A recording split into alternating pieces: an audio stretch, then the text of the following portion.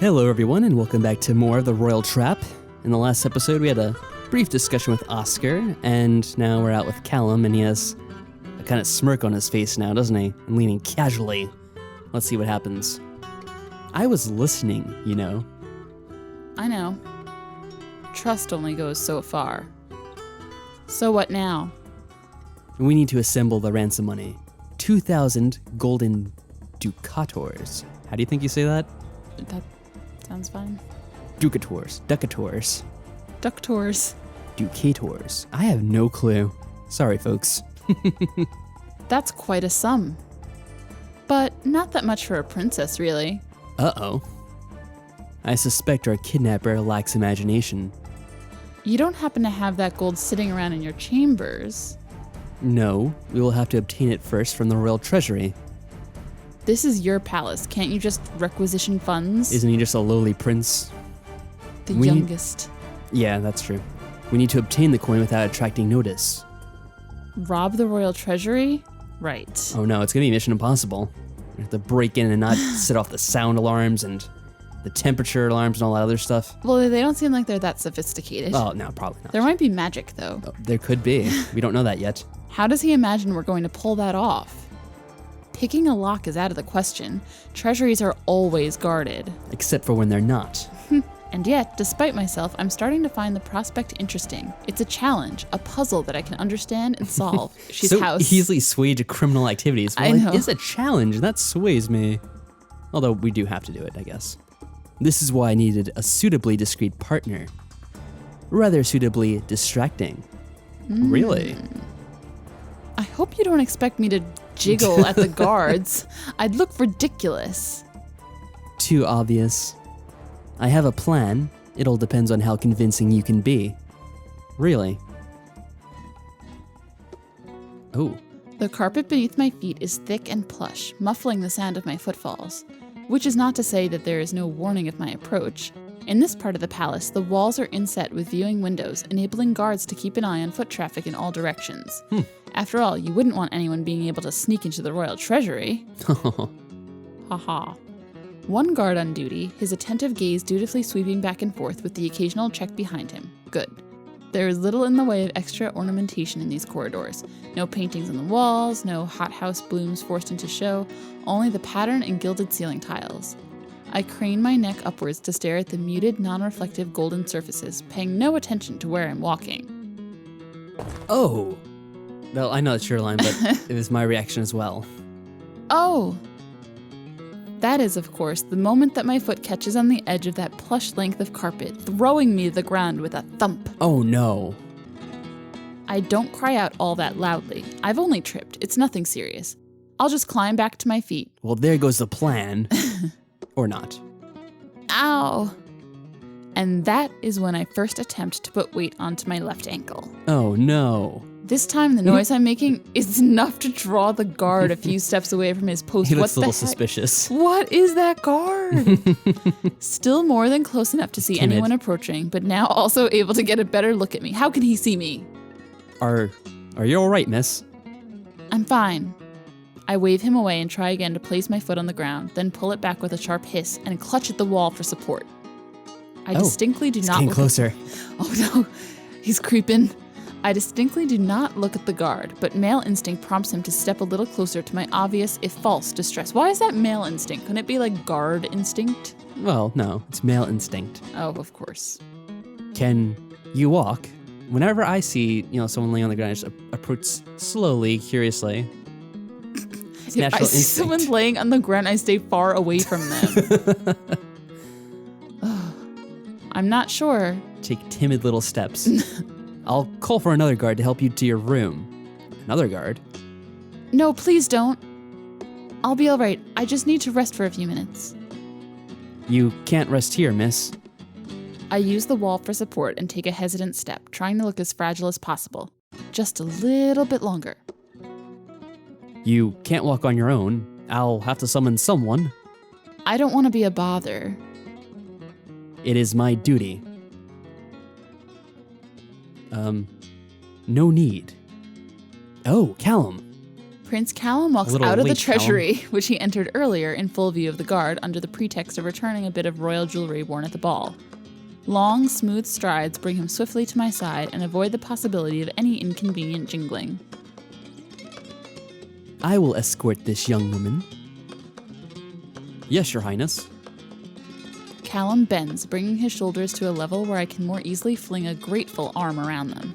As he straightens, his support pulls me against him, not so coincidentally helping to conceal the faint bulge produced by stowing a large bag of coins out of sight. Oh, is that a large bag of coins, Callum? He nods to the guard. Carry on. And we leave the man to lock the door behind us, now that the gold has already flown away. Good job. What a clever ruse. If Oscar sees that package of coins, he's not going to be very happy. Better warn him first, right? We keep up the charade on our return to Oscar's quarters in case of observation. Caution costs nothing, except my pride. I cannot help but feel strange, clinging as I am to the body of a man I barely know. A prince of hidden schemes and unpredictable violence. That's an awesome title, The Prince of Hidden Schemes and Unpredictable Violence. I like that. We have Farad the Disliked and then Callum, Prince of Hidden Schemes and Unpredictable Violence. I like him. Callum is well-muscled, stronger and more solidly built than Oscar, and pressed so close to me that I can feel the heat of his flesh. I almost said fish. Oh my god. No. The heat of his fish. My duties to my prince have not left me time for much experience with the rougher sex. Oh, okay. The support of his arm should, I suppose, make me feel safe and protected. Instead, it leaves me off balance and vulnerable. Now is not the time to be thinking of this. Seriously, come on. It would be easy in this position for him to accidentally brush, to slide a possessive arm around my waist, to belittle me for the helplessness I have been made to feign, and yet his hands never stray. Making one of those slight moves, huh? Yeah, but he doesn't. Failure to act like an odious brute at every opportunity does not make him a hero. It only means that he is, at worst, not that sort of villain. What sort of man is Prince Callum? So far, he has revealed little but anger and ruthless determination. I have been forced to give him my allegiance, and for safety's sake, I must pretend complete loyalty. But that does not stop me from thinking. So he's the prince of, what was it again? Was it Hidden Schemes and Unpredictable Violence or something like that? Yes, that's exactly what something it was. along those lines. I can't remember the exact wording. That was it. But at least he respects his women. Well, this woman. True, we don't know how he is with other ones. His secrecy suggests that he has enemies within the palace. Or else, he was quite clearly bitter about his position as the youngest son, and it does not seem that Predrick and Paloma are expending much effort to polish him for a good marriage. But interesting how sorry, I know I'm interrupting, but we haven't really met any of the other sons, have we? But they keep on referring to him as maybe they're all the youngest already son. Married off? Perhaps. And he's just left here on his own. Poor guy. Just learning shitty battles and wandering the halls. That's why he's so angry. I guess. Why isn't he the disliked? I don't know. Just looked down upon. I guess that's true. He's like Aladdin. He reminds me of Aladdin for some reason. Yeah, because Aladdin had it this good. Well, I know, but I don't know. Whatever. Anyway, but he rescued a princess from peril. The same act of heroism that I had hoped to achieve for Oscar might instead benefit Callum. Oh. He cannot be rewarded with his sister's hand, of course. Well, I would hope not. But the story would travel. If that is his plan, it would make no difference to him if Oscar were to receive a small bit of the glory, or even the affections of this particular princess. I don't know, then again, those royalties, you can never trust them. And those Lannisters as well. Yeah. We could still stand to gain. Okay, yeah, no, cut out the one last sentence. Thank you. Oh, no problem. But rationally, is the chance of playing hero worth the risk he took by attacking myself and Oscar by threatening murder? It doesn't add up. Either there's something I'm not seeing, or Callum is not acting rationally. Which is worse?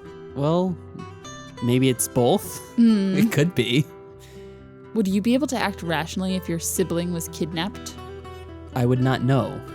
You have no sibling. Would you? Probably. Would you care? I would care. I guess. I'm just kidding. I would care. The instant the door closes behind us, Oscar rushes to my side. Madeline. I'm fine. It was an act. Oh. Don't look at the bulge. I retract my arm from Callum's shoulders and stand on my own 2 feet. Your assistance was competent. Is that supposed to be a thank you? But you can't thank someone for doing what you forced them to do, can you? Oscar, it's all right. Yeah, let's just let it go. Calm down. It's over now, I hope, so. He's like a little yappy dog. Shut up. Aw. No, it's not. Oh. He turns to face Callum. Are you done with her? Hardly. This was only the first step. We have the ransom. Now we have to reach the rendezvous. And where's that? Forest, a couple of miles away. Outside the palace? The guards may have missed the initial intrusion, but they're certainly guarding all exits now. Well, I guess not every exit, or at least they got out in time. Which means... You know a secret way out? Well, I'm sure he would. He only nods, his eyes locked on Oscar's. Didn't we just climb out the window? Like, couldn't we just do that? Well, they'd probably see us climbing out the window. I mean, I guess we can climb from one window to the next, but climbing out the entire castle might be a bit much. I hold my breath, anticipating an explosion, but when Oscar speaks, his words are carefully measured. You're not taking her without me. I need a blade I can rely on. That means her, and not you. I am not actually that bad with a sword. Whatever's going on, you expect it might end in a fight. Wouldn't 3 on your side be better than 2? He's thinking it through. Good for you, Oscar. Oh, Using nice. that brain. If you really didn't trust him, you wouldn't want to leave him here while you're not even in the palace. Yeah, couldn't that be a problem for you too, Callum? Can he actually fight? Would you care to try me? Oh, please, come on. I'm asking her, not you. He's a prince, of course he can fight. But is he any good, compared to, say, myself? That question is a trap, plain and simple. Whatever I say, they will both hear it. Oh. What a decision. I don't know, should we leave off on this one? Because it's kind of... Okay. I don't know if it makes a big difference, but I guess it kind of strokes one's ego and puts the other down, or I guess it does neither, depending on what we say. They don't need any stroking. They both have big egos. I guess so. They are princes. Ugh. Well, anyway, until next time, folks, take care.